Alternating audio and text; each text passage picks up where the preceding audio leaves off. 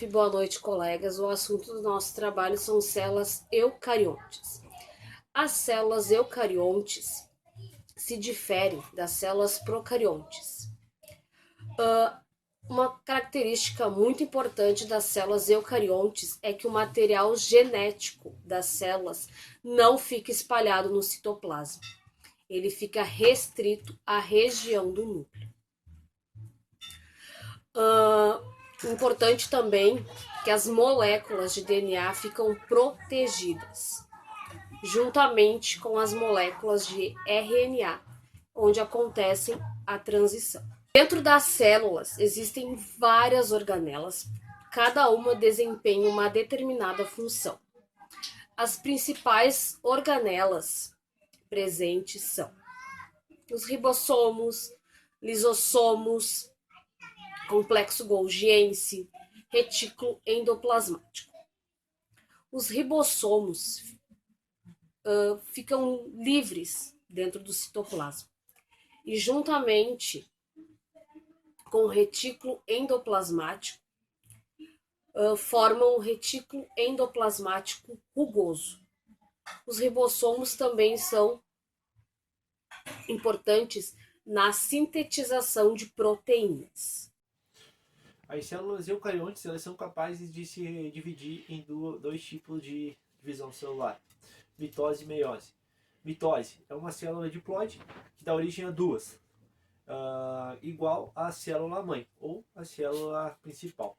A meiose ela é uma célula diploide que origina 4 células haploides, ou seja, com a metade do número dos cromossomos da espécie. Tá?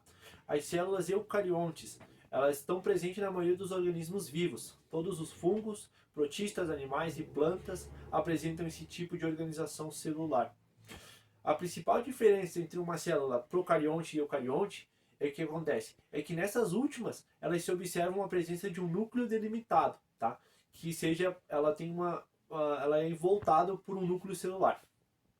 Nas células eucariontes é possível observar que ela tem uma presença do citoesqueleto, que são organelas celulares membranosas, que tem um processo de endocitose, mitose e meiose, os quais não ocorrem em células procariontes, que é uma diferença entre eucariontes e procariontes, essa presença de citoesqueleto. As células eucarióticas, elas são aquelas que possuem um núcleo organizado. A membrana plasmática é a que individualiza a célula, separando de todo o meio. O citoplasma, ela contém uma água, tem os nutrientes, as biomoléculas e as estruturas supramoleculares e as organelas. Tá? O núcleo contém a maioria de gênoma, que a gente pode usar como exemplo os protozoários, as algas, os fungos, os animais e os vegetais. Os principais componentes que tem numa célula é a membrana plasmática, a membrana celular, o citoplasma e o núcleo.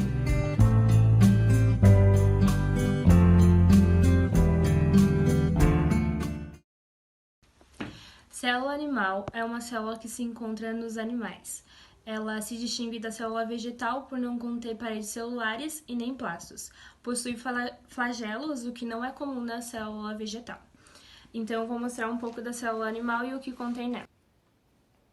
A célula eucarionte, ela é composta por alguns elementos, sendo eles o nucleolo, que armazena carga genética, o núcleo celular, os ribossomos, que fazem síntese de proteínas, as vesículas, o retículo endoplasmático rugoso, que faz o transporte das proteínas que foram sintetizadas pelos ribossomos, visto que o retículo endoplasmático rugoso ele tem ribossomos na sua composição.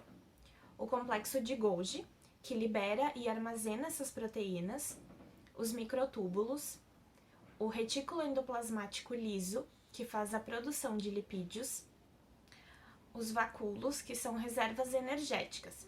Essas reservas energéticas, elas aparecem em maior quantidade na célula vegetal, porém na célula animal elas também podem ser encontradas.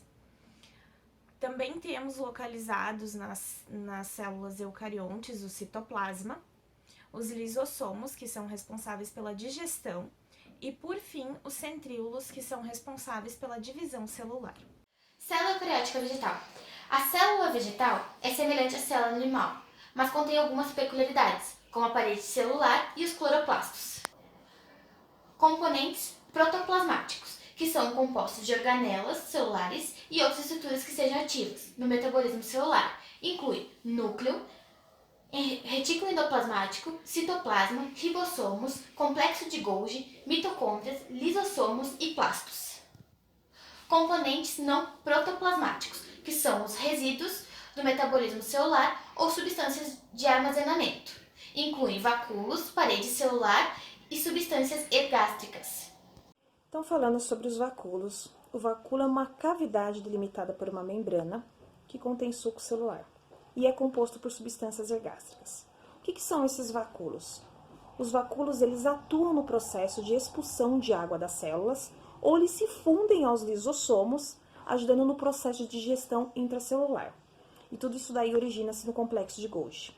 O que são substâncias ergástricas? São substâncias de reserva, sejam elas de produtos, de resíduos do metabolismo celular.